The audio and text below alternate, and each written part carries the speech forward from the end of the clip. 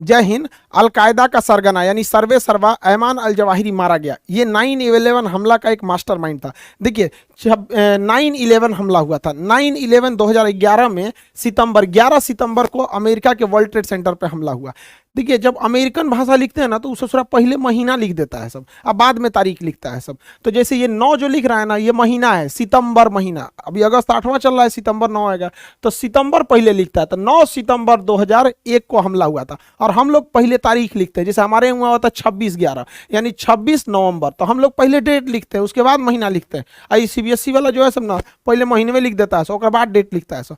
तो Osama bin Laden ने world trade centre पे धमाका से उड़ा दिया था। उसके बाद से तो अमेरिका इनको खोज रहा था, और 10 साल बाद मार के गिराया। 2001 में इसने हमला किया, और 2011 में अमेरिका ने एबटाबाद से मार के ओसामा बिन लादेन को गिरा दिया यहाँ पर, 2 मई 2011 को। यानी 10 साल बाद अमेरिका ने ओसामा बिन लादेन का बदला ले लिया था। इस बदले में जो एबटाबाद मारा गया था वो भारत की सीमा से महज 25 से 30 किलोमीटर था। पाकिस्तान के एबटाबाद में उसे मारा गया था। इस ऑपरेशन को अमेरिका के सील कमांडो ने, नेवी के सील कमांडो ने इस ऑपरेशन को कंप्लीट किया था। लेकिन इस हमले का जो मेन मास्टरमाइंड था ओसामा बिन लादेन तो फेस था, जबकि पूरा बैकग्राउंड पूरी संभालता था ऐमान अल जवाहिरी। ये पेशे से एक डॉक्टर था, ओसामा बिन लादेन इंजीनियर था। तो ये सब पढ़े लिखे थे सब, पता नहीं कैसे इधर चला आया सब यहाँ पर। हम लोग के यहाँ तो छोट मोट गुंडा तबाही मचा देता है, तो देखते हैं विकास दुबे वगैरह, ये जो इंटरनेशनल है सब, भयानक भयानक मारता है सब, होलसेल में उड़ाता है सब।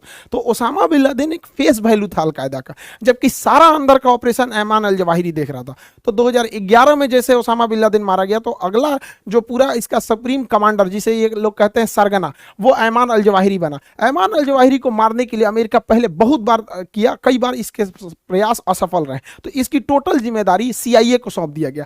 ऐमान अल जवाहिरी की रेकी सीआईए कर रही थी। इसे फरवरी में ही इनपुट मिल गया था कि Ayman al Zawahiri Haqqani group के साथ मिलकर काबुल में शिफ्ट हो गया है। तो इसने काबुल के आसपास के घरों की रेकी करने चालू किया। इसने क्या किया, सीआईए ने महिलाओं को भर्ती किया और वहां की महिलाओं को उस एरिया की रेकी करने के लिए दिया गया। तो काबुल के एक बिल्डिंग में पाया गया कि यहाँ ऐमान अल जवाहिरी जैसा दिखने वाला कोई व्यक्ति आता है खिड़की पर। तो यहाँ से कुछ दूरी पर ड्रोन कैमरास को फिट किए गए और सैटेलाइट इमेजिंग ड्रोन से फिगर लाया गया, जिससे ये पता चल गया कि ऐमान अल जवाहिरी अक्सर इस बालकनी में आता है, और ये कंफर्म हो गया कि अल जवाहिरी है।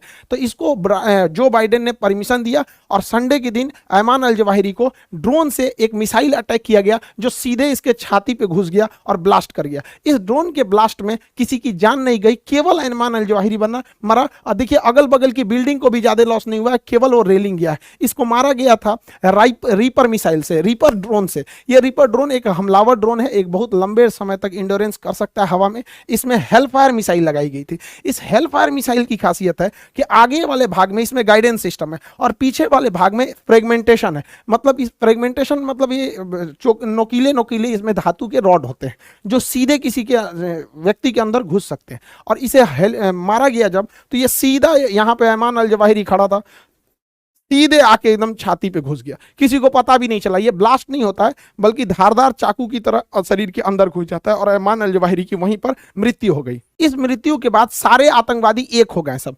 अलकायदा, तालिबान और पाकिस्तान में पन रहे जो पाकिस्तान का तालिबान है, तहरीके तालिबान पाकिस्तान जो है, टीटीपी जो है, वो सब एक हो गए। और इन तीनों को ये लगने लगा है कि इस हमले में पाकिस्तान ने इसका साथ दिया है, और कहीं ना कहीं पाकिस्तान भी सॉफ्ट हुआ है आतंकवाद के मुद्दे पर। अमेरिका जिस तरह से कहता है आतंकवादियों को, पाकिस्तान अब उस तरह से दबाने लगा है, क्योंकि इनके पास भिखमंगे हो गए, पैसे नहीं है यहाँ पर। तो अब ये तीनों मिलकर इनसे दुश्मनी कर लिया। अब इन चोट्टों को समझ में आ रहा है कि सांप पालेंगे तो एक दिन तुम्ही को काटेगा यहाँ पर। अब क्या हुआ है कि अमेरिका यहां पर, इसी बीच बलूचिस्तान, पाकिस्तान के लिए सबसे बड़ा सरदर्द बना हुआ है बलूचिस्तान। 2030 में बलूचिस्तान टूट के अलग होगा। पहला विभाजन पाकिस्तान का हुआ, बना जब 1947 में, 1971 में यहां हुआ, 2030 में यहां हो गया।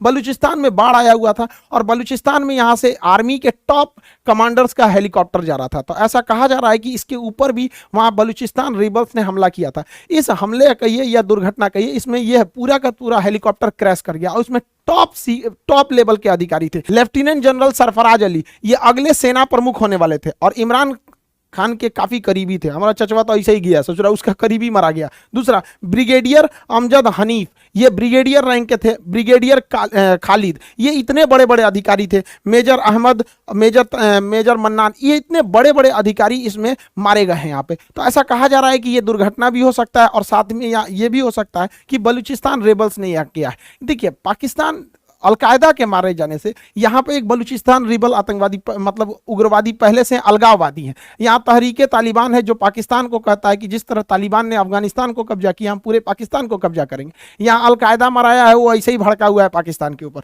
और तालिबान का बॉर्डर डिस्प्यूट चल रहा है। अब सारे आतंकवादियों की वजह से पाकिस्तान क्या हो चुका है, पीस गया है, और बहुत जल्दी अब उसका यह वाला एरिया बलूचिस्तान हाथ से जाने वाला